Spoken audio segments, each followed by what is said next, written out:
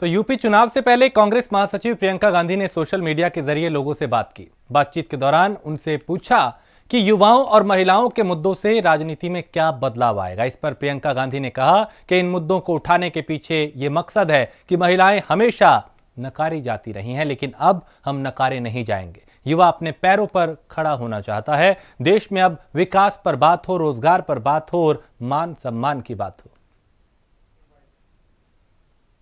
जब हम बदलाव की बात करते हैं तो हम मुख्य तौर पर क्या कह रहे हैं? मैं हर भाषण में भी ये कहती हूँ कि राजनीति में जो अहम मुद्दे हैं वह हमारे देश के भविष्य के मुद्दे हैं, विकास के मुद्दे हैं, सेहत, स्वास्थ्य, शिक्षा, रोजगार के मुद्दे हैं। तो महिलाओं और युवाओं के मुद्दों को उठाने के पीछे यही मकसद है कि सबसे पहले कि जो महिलाओं को जिस तरह से नकारा गया है कि हम आबादी के 50% हैं, लेकिन हमारी भागीदारी राजनीति में बहुत कम है, और उसके बावजूद कि हम 50% हैं आबादी के, हमें नकारा जाता है। तो महिलाओं को आगे लाने का मकसद ये है कि महिलाओं के जो मुद्दे हैं उनको अब नकारा नहीं जा सकता। और इसी तरह से जब हम युवाओं की बात करते हैं, हम चाहते हैं कि युवा राजनीति में शामिल हों। हमारे काफ़ी टिकट भी आपने देखा होगा हमने युवाओं को दिए हैं, और इसलिए दिए हैं ताकि जो हम आगे भविष्य में हम बात करना चाहते हैं वो हम अपने भविष्य को बनाने की बात करें। युवा क्या चाहता है? अपने भविष्य को बनाना चाहता है, सक्षम होना चाहता है, अपने पैरों पे खड़ा होना चाहता है, शिक्षा की सुविधाएं चाहता है। तो इन सब चीज़ों से देश मजबूत होता है। नकारात्मक बातें करने से राजनीति मजबूत होती है लेकिन देश कमज़ोर होता है।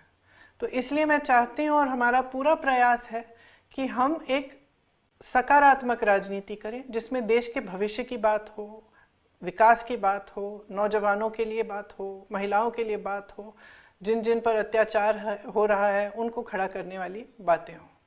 योगी जी की, भाजपा की और उनकी पार्टी की, उनके नेताओं की जो विचारधारा है, उसको महिला के प्रति जो विचारधारा है उसको एकदम पूरी तरह से स्पष्ट करती है। ये जो एक सेंटेंस है कि महिलाओं की ऊर्जा पर नियंत्रण होना चाहिए, मैं समझती हूँ कि ये एकदम गलत है, और महिलाओं की ऊर्जा जो है वो इस देश को बदल सकती है। महिलाओं की ऊर्जा, महिलाओं की जो क्वालिटीज़ होती हैं, कंपैशन, करुणा, प्रेम और सबको साथ लेकर चलना, विवेक, लड़ने की जो इच्छा होती है, जो दृढ़ता होती है, हम एक बार अपना मन बना लें, हम एकदम खड़े रहते हैं, हम लड़ते हैं, हम में इतनी शक्ति है, तो इस पर नियंत्रण करने की क्या ज़रूरत है?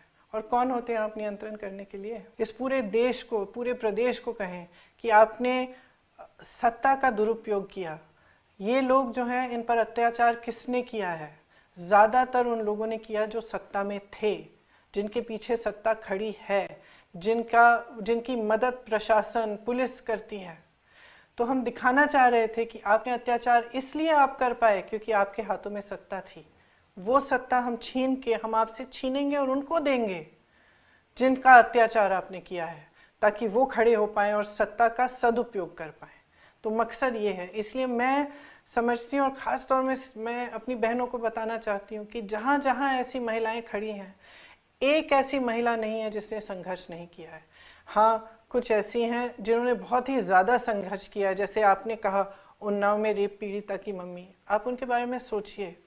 उनकी बेटी का रेप होता है, उनके पति को पुलिस उठाकर ले जाती है, हिरासत में मौत हो जाती है, मारा जाता है, पीटा जाता है जब तक वो मर जाते हैं। केस की हियरिंग के लिए पूरा परिवार जा रहा है गाड़ी में, एक्सीडेंट कराया जाता है, अधिवक्ता नहीं रहे उनके जो चाचा जी हैं, जो रेप पीड़िता के चाचा जी हैं, उनको भी जेल में डाला जाता है। उनकी जो चुनाव लड़ रही है रेप पीड़िता की माँ, उनकी भाभी जी, उनका देहांत होता है, उनकी भाभी जी की बेटी का देहांत होता है। 5 लोग परिवार में इसी तरह से मारे जाते हैं।